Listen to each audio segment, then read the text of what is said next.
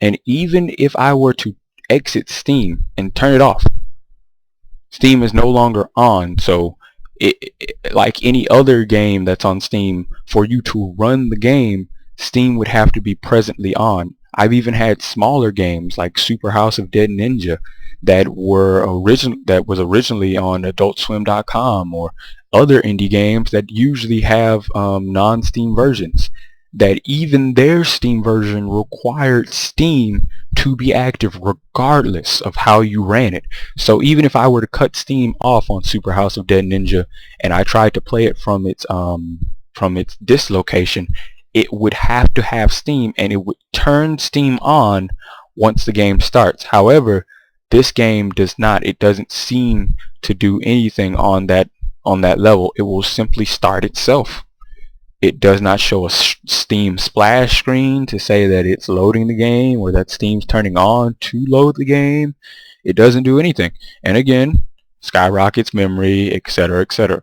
I'll even wait for it, because when I also told them in an email that I had allowed my friend to access my Steam account from his computer and download the game, and he was able to get within the game without this happening, and he didn't change anything himself. He didn't change the resolution of his computer. He actually has the exact same computer as I do, so his computer stats are fairly relative to mine, and so he didn't change his computer's resolution. He didn't put the game in a compatibility mode or anything. He didn't run it as an administrator. He didn't install it on his main drive. He too uses Steam on a separate internal drive, I believe his D drive, and he ran the game. It went in, and he was able to access the game without slowdowns or crashing or giant memory leaks.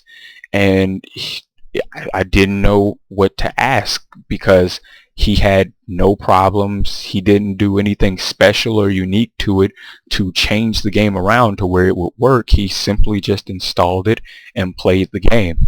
And so we'll bring Steam back up.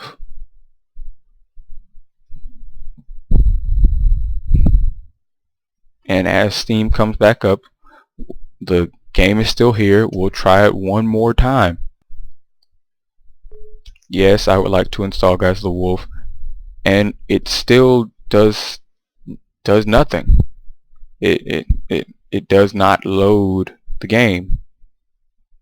Nothing will happen. It will simply load really fast to the middle part of the loading bar, and then once it gets really in there, it starts to slow down a bit, and it'll gradually increase. And on that gradual increase, the game will build up way too high of a process, and then it will immediately crash without any sort of warning.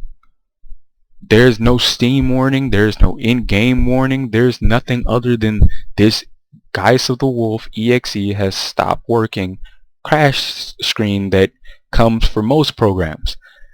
There's nothing fairly relative to this that lets me know that there is a problem, or what kind of problem there could be. And so I have no idea what's going on, so I can't start this game. And that's my problem. I cannot start this game. I cannot start the game that I paid $20 for months ago, and I got it earlier than most people, because I pre-ordered, and I still couldn't even play it then. And here it is now on the release, and I still can't play this game, and I don't know what to do. There doesn't seem to be any sort of problem or any sort of solution that I can find that works, that'll make this game finally start, so that way I may experience it as everyone else has. Now, other users I've seen on Steam have had problems, but none like mine, so it becomes even more so frustrating when I can't even access the game in general. while other people, they can access the game and they have problems that they can figure out because they know what they're about. But my problem does not seem to be there. No one else seems to have this experience, which almost makes it even more so unsettling. And that's my problem.